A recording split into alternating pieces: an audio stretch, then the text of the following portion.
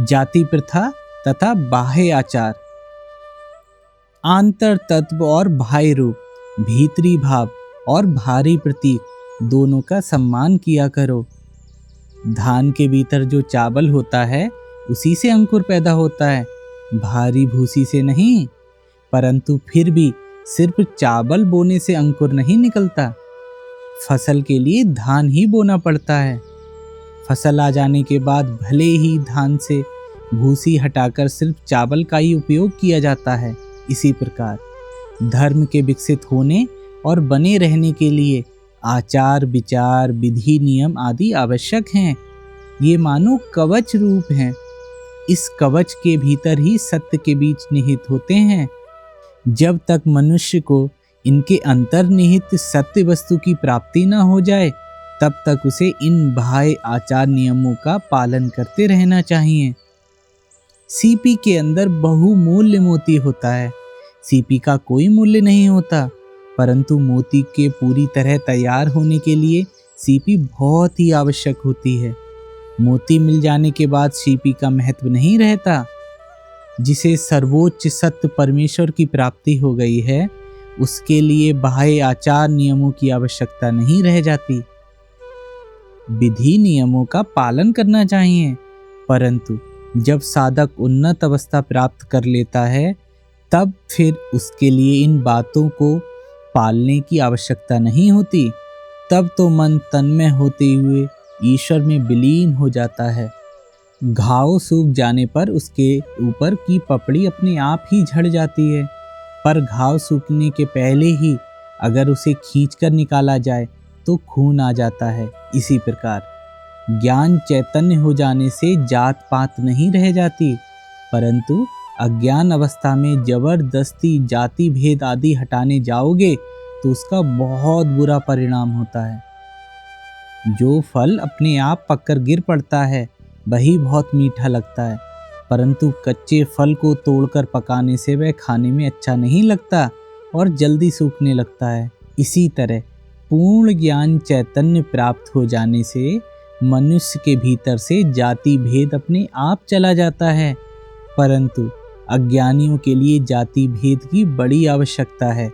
अज्ञान अवस्था में रहकर यदि कोई जात पात का भेद हटाकर यथोआचार विचार करते हुए सिद्ध का भाव दिखलाने लगे तो उसे जबरदस्ती पकाए हुए फल की तरह जानना।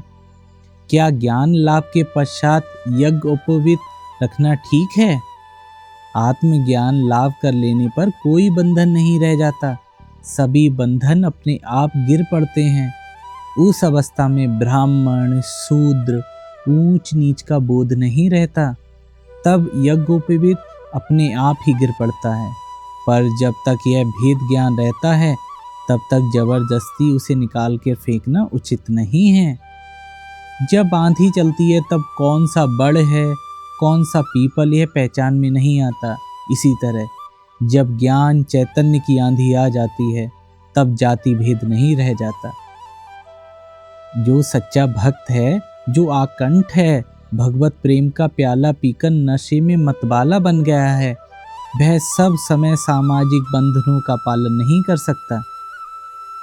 कृष्ण किशोर ने मुझसे पूछा था, तुमने जनेऊ क्यों फेंका ठाकुर? जब मेरी ये अवस्था हुई तब मुझ में अश्विन की आंधी उठाई और सब कुछ यहाँ से कहाँ उड़ा कर ले गई। पहले का कोई चिन्ह ही शेष नहीं रह गया, होश हवास ही नहीं रहा, बदन पर कपड़ा ही नहीं रहता था, तो जनेऊ भला कैसे रहता। इसलिए मैंने उससे कहा, एक बार तुम्हें भी वैसा भगवत उन्माद हो जाए तो तुम समझ पाओगे। जो भगवान का नाम लेता है वह पवित्र हो जाता है। अरियादहा के भक्त कृष्ण किशोर का कैसा विश्वास था। एक बार वह वृंदावन यात्रा को गया था। वहां एक दिन चलते चलते उसे प्यास लगी। उसने किसी कुएं के पास एक आदमी को खड़ा देख उससे पानी मांगा। वह आदमी बोला, महाराज, मैं नीची जाति का हूँ, आप ब्राह्मण हैं, मैं आपको कैसे पानी पिलाऊं। कृष्ण किशोर बोला, तू शिव शिव कह, शिव शिव कहने से तू शुद्ध हो जाएगा। तब उस आदमी ने शिव शिव कहते हुए पानी खींचा और वैसा आचार निष्ठावान ब्राह्मण, उसने वही पानी पिया। कैसा ज्वलंत विश्वास था दोनों का। शराबी जैसे नशे की धुन में पहनने की धोती को कभी सिर पर बांधता है तो कभी बगल में दबाकर घूमता है। सिद्ध महापुरुषों की भी बाह्य अवस्था प्रायः उसी प्रकार की होती है। आजकल के लोग सभी चीजों का सार और भाग मांगते हैं।